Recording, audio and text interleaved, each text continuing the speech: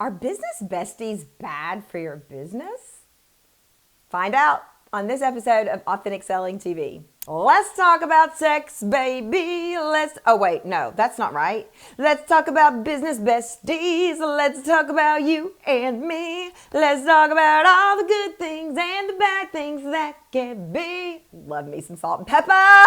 Okay, we're talking about business besties, and you know what? I'm gonna lean in for this one because business besties can be triggering. I have heard, maybe I'm a little nervous about this and I didn't know it. I have heard people talk about, I feel, and I've said this too, like, let's just be transparent. I've said it too. The online world can feel like such a place of a popularity contest, like high school. And when you get older, or maybe you're more evolved when you're younger, you're like, I don't want to play that game. And it can feel like all the best friends are affiliates for everybody, their own products, and they all get rich selling each other's stuff. And I hear you, I get it, I understand, I acknowledge that. And that's a very real part of this industry, right? A lot of people came up together. A lot of people are affiliates for mega programs, and they're all affiliates for each other's. And it can start to feel a little bit like, well, I'm never going to crack into this. I'm never going to be part of the business bestie club. And so is it even possible for me to make all these millions that all these people are talking about? And yeah. That doesn't feel good when you feel like, I'm not cool enough to be with the cool kids. Even if you don't want to be with the cool kids, you don't want to be rejected, right? So I got a funny story. I've never told this story before. You probably see the wheels spinning in my head like, am I really going to tell this story? I'm going to tell this story. I had a funny story to tell, or maybe an ironic story to tell about this. But when I started, there was a woman that I so wanted to be best good friends with. I always say best good friends like Forrest Gump. I wanted to be best good friends with her. And I wanted to be like a guest on her stuff, and I wanted her to add my stuff to her program. And I thought I complimented what she taught really well. I mean, I thought I was going to break into the business bestie circle. 12 years later, I still have not broken into the business bestie circle. I'm not ever going to break into the business bestie circle. And I realized that after about year 10 in business, like I'm never going to be invited to a seat at that table. And that's okay, because I'm really good at what I do. So I want to acknowledge that if you're having sort of these feelings, I hear you, I see you, I've been there, you're not alone. And that's kind of the ick side of business besties. And really, like if I play that whole thing out, well, okay, maybe they don't want to be my friend. They obviously don't. Oh, wait, I didn't tell my story. Hold up. Okay. So I saw this post. I got to be real careful how I tell this story. I saw this post about someone who was struggling. She's a really, really big name entrepreneur. If you're in the entrepreneur space, online business space, you would know this person. And she put that she was struggling. And she was struggling with something that she had moved to a place that I knew really well. She had moved to a place that I had lived at one time in my life. And I was like, oh, okay, well, we're kind of in the same, like, space. And we kind of grew up in the same circles, but we weren't friends. So I reached out and I was like, hey, I saw your post. Hope you're doing well. I mean, she definitely knew my name. I definitely knew her name. We just weren't super close. And I was like, I saw your post about moving to this place that I had lived in the past, and just wanted to let you know that I am happy to send some suggestions about great places to eat, great places to whatever. I have some friends that live there if you'd like me to introduce you so it doesn't feel, whatever. Like I offered to be help. And I was like, and I'm in that area often, so I'm happy to have lunch or something if it feels good to you. Okay, so the response I got back, and I don't even know if this person saw my email, but the response I got back was, thank you, insert entrepreneur name, is not in the business for new friends right now. That's it. And I was like, oh, wow. So couple of things. First of all, write a better email. Like, obviously her assistant did it. Write a better email. Like, that's a crappy email. But secondly, I had all the feelings. Like, oh, ooh, ooh. And kudos to her. Like, she didn't want to be my friend. Totally okay, right? I am not everybody's cup of tea. I get that. I'm not even everybody's cup of whiskey. And I get that. But I had a lot of feelings. Like, oh man, what have I done that makes her think that she doesn't want to hang out with me? And what, like, a lot of mindset work. So I acknowledge that putting yourself out there and trying to break into the business bestie circle doesn't always feel super good. I don't think we handle that really well in this industry either. I do think there's this level of distance that we create, that a lot of entrepreneurs create when they get to be a certain level. And I hate that because there's no hierarchy here. There's no, anyway, I hate that. But as bad as the business bestie circle can make you feel, do you need a business bestie? I would have said no to that 12 years ago. 12 years ago, I was in Marie Forleo's mastermind, and I was a hot mess, y'all. I was a new entrepreneur. I was in this mastermind that I was not prepared for. That's not a slam on Marie letting me in, by the way. I sold the heck out of them on letting me in and why I was ready for it. But when I got in, I was not ready for it. But I learned a lot, and I'm so thankful for that time. And there was a woman by the name of Jenny Shee, some of you know her, who was also in this mastermind. And she called and introduced herself. Like, she had like 15 or 20-minute calls with everybody in the mastermind. Jenny did. Jenny was a participant just like I did.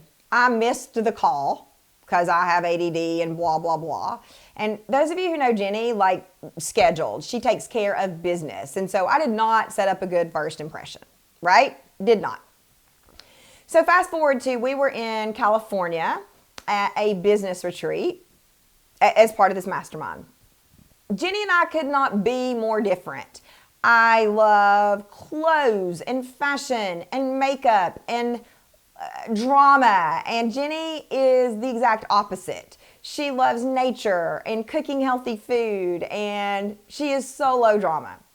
Whereas opposite is day and night.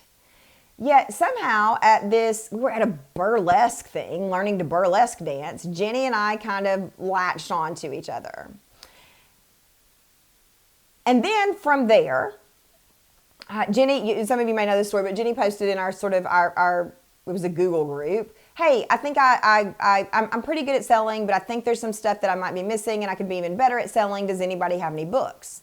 And so my response was, hey, Jenny, happy to hop on with you. I was a top performing sales rep for a decade. Don't know if I can help or not, but happy to hop on. And then 90 minutes later, Jenny said to me, Kendrick, you do not need to be a life coach. You need to be teaching this. And I was like, I don't know what I just did, but okay.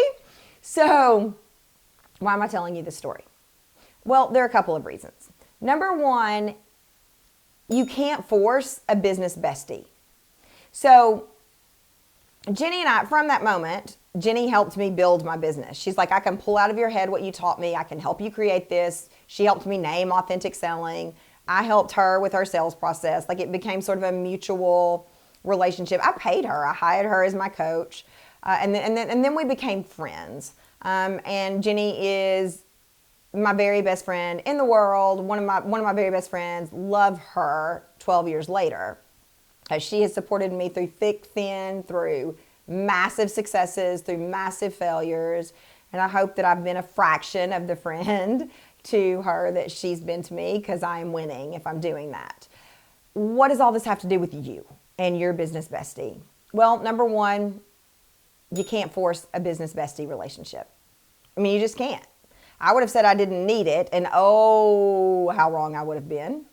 I think I would have quit had Jenny not been in my life all these years. And actually, let's go back. Maybe that's not number one. Maybe that's number two. Maybe number one is there's an uncomfortable and a not fun side of business besties, right?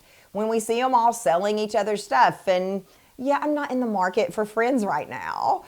That feels like not good. So there is that side. But the other side can be pure and genuine, and a relationship that supports you through some of the hardest times of your business. but it's not something that can be forced. And so, do you need a business bestie? Only you know the answer of that, but my experience would be yes. Because when the whole world runs out and everything goes wrong and I want to quit and I want to burn it all down and I want to whatever, I call Jenny. Or when I don't know how to do something, I call Jenny. She's a great sounding board. We came up together, so lots of times we will be wrestling with the exact same problem that neither one of us knows how to solve, but it's nice to just have somebody to talk to about it. So do you need a business bestie? I don't know, but probably. And let's face it, there are not a lot of people in my world, even 12 years later, who get what I do. So it's nice to have somebody who understands the lingo, who understands kind of the insanity that this industry can be sometimes, all the wild stuff that goes on, that you can talk about the bad stuff with. One of the things that I will be incredibly thankful for that Jenny supported me through was when we opened our cart in the middle of COVID. We had planned this launch and the webinar was the night that the president issued a stay-at-home order. People were not allowed to leave their houses. And I'm like, I don't know what to do. Is it ethical to launch? Is it ethical not to launch? What do I do? And so having someone that I could call and just be really raw and really vulnerable with and say, help me think through this, was incredibly helpful. So, do you need a business bestie? I don't know, but my guess is yes. How do you, guess is yes, not yes. How do you find a business bestie? Organically. I hate that word, by the way. I hate the word organic. It always means slow. But what I want you to see is there are opportunities where we don't often see opportunity. I read this book by Jenna Fisher, the lady who played Pam on The Office. It's a fabulous book for anybody who likes acting or wants to know how somebody from Sweetwater, Tennessee might break into the acting world. She grew up in a really small town, and it's really tactical and practical steps on how to break into the acting world. But one of the things that she talks about is how she got cast as the role of Pam. And she was, in the entertainment industry, you workshop plays. So before the play is open or the musical is open to the public, you workshop it for investors or for producers or for people to see if they want to invest in it. And one of her friends had written a play, and she said, I was tired. I'd been on auditions all day. I had been working my day job. I did not want to go workshop this play. I didn't, but I went because my friend needed some help. Well, just happens to be that the casting agent for The Office was sitting in that community watching this play workshop. And that is the short story of how she got Pam. So I know how busy we all are. I know what it takes to run a business. There are a lot of things that you got to do. It's a lot to break into this industry. But sometimes you find your business bestie or your big break or your whatever in the most mundane, routine things. In the things that all of your life coaching may be saying don't do. I'm tired, my body doesn't want to go, I would be better off staying here, but I committed to going, right? I mean, I feel like we can get a little bit like, oh, well, if your body says don't go, you should trust your body. Yes, but whatever the right choice here is, I think for Jenna, she would say going changed her life, right? And for me, saying, I'll coach you for free, Jenny, changed my life.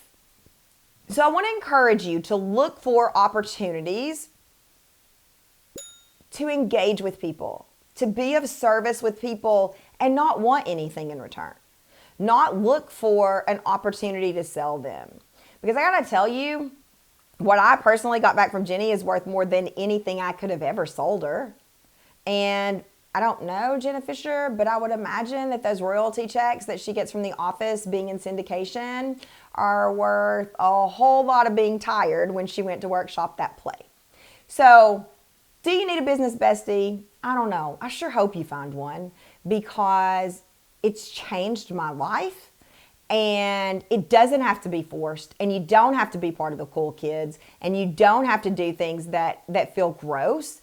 Actually, the best business relationships are the ones that are organic, and the ones that are slow, and the ones that start out by lending a helping hand. I feel like as an adult, I wonder if you feel this way, it's harder to make friends as an adult than it is in high school or college or whatever. And so it's almost like that part of my brain shut down. I'm like, I don't even know how to make friends anymore, right? But as this is the day before Valentine's Day, we're talking about relationships that are important. And my business wouldn't be here today without Jenny and without my relationship with her. So I hope you find your business bestie. I hope you find it in the most mundane, routine way. I hope no one ever tells you, I'm not looking for friends right now, because that's not fun. And I hope that your business bestie pours into your life and your humanity the way mine has. That's my Valentine's Day wish for you. Before you go, ring that bell for more incredible tips like this and more transparency and truth about how you can find and close more customers. I believe in you, and I believe in your business. Bye, y'all.